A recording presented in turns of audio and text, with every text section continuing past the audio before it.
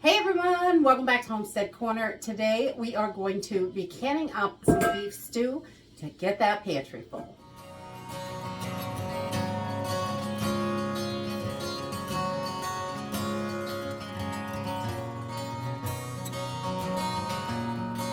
So yesterday while I was out running errands, I was able to pick up a couple of roasts for $3.99 a pound. So whenever I can get them at the cheapest point, and that's the cheapest I've seen them in a long time. So I want to get more beef stew into the pantry. And homemade beef stew is my favorite soup out of all the soups, I think.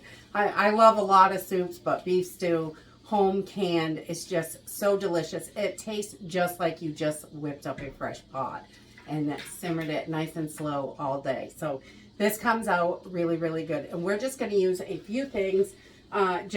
I'm going to cube up these roasts, and I've got a few potatoes, I think 5 or 6 medium potatoes, a couple onions, a few stalks of celery, and about a pound of carrots here. So we're going to get those chopped up and peeled up and go ahead and get started. So I've just gone ahead and prepped all my food, washed it, peeled it, diced it down to the sizes that I like. So we're gonna go ahead and just get started. This is really simple and easy to do, and you don't have to have a specific size because, you know, it's up to you. What do you like in your soup? That's how we do it.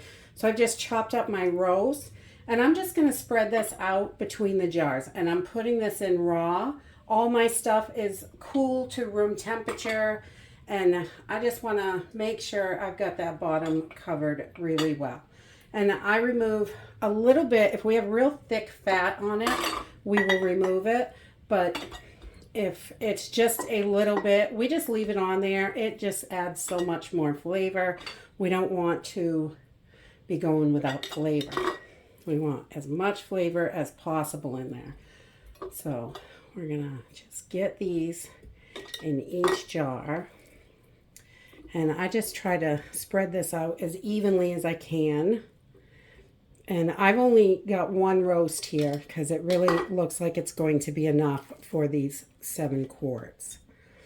So I will probably just dice up the other roast and use it for cheap meals because $3.99 a pound for meat is really inexpensive for nowadays. Hard to find. So once we get all this in there, we're just going to keep layering our soup till we get all of our goodies in there. There, we'll move this one over here. There. So that is our beef. Simple and easy. And then I landed up with about 5 potatoes. I usually normally do about a regular big pasta bowl for potatoes because I don't want to overdo them.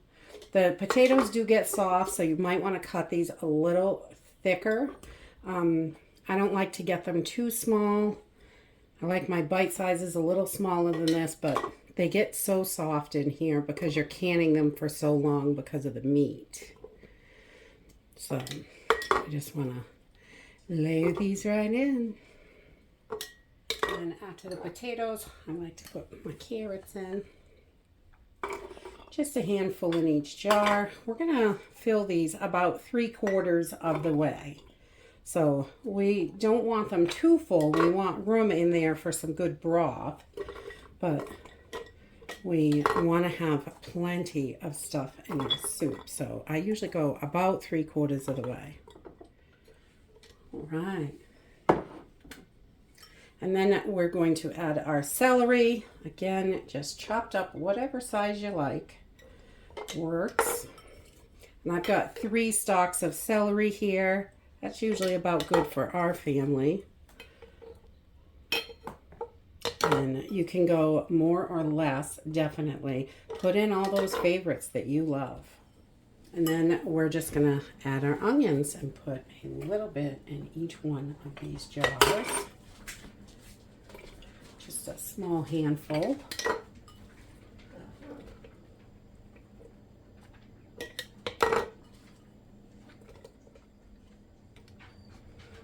And I'm just going to spread these around. There's just a tiny bit left in this bowl. Just spread them out. Trying to get them fairly even so they all taste similar. All right, so once I have everything in there that I want, and I'm going to start my seasoning. And I've got this garlic that's all chopped up. So I'm going to put just a little bit in each one, maybe half a teaspoon in each jar. We don't want to overdo it. Garlic can get kind of powerful when you're canning. So I just like to get some in there. I love garlic, so gotta have some.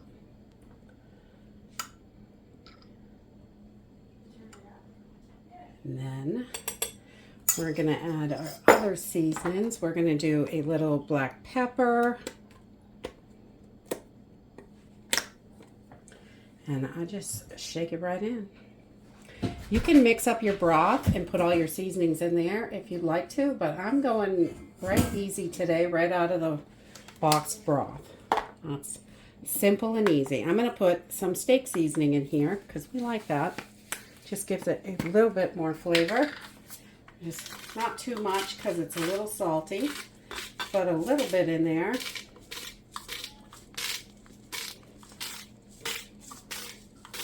And remember, whatever your favorite seasonings are, put those in, definitely.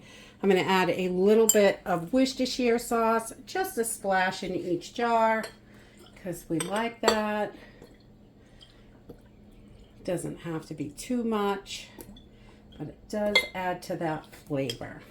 All right, so I've got all that stuff in there, and I only have 2.5 quarts of broth here today. So I'm going to try to get it as even as possible, and then I'm going to add some bouillon to each jar and top them off with water. And that way we have got plenty of broth for our soups.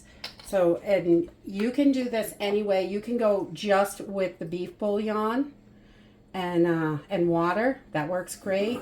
Or you can mix it up first and then add it in, or you can do it any way you want. I find that it does just fine when we are adding everything right to the jar.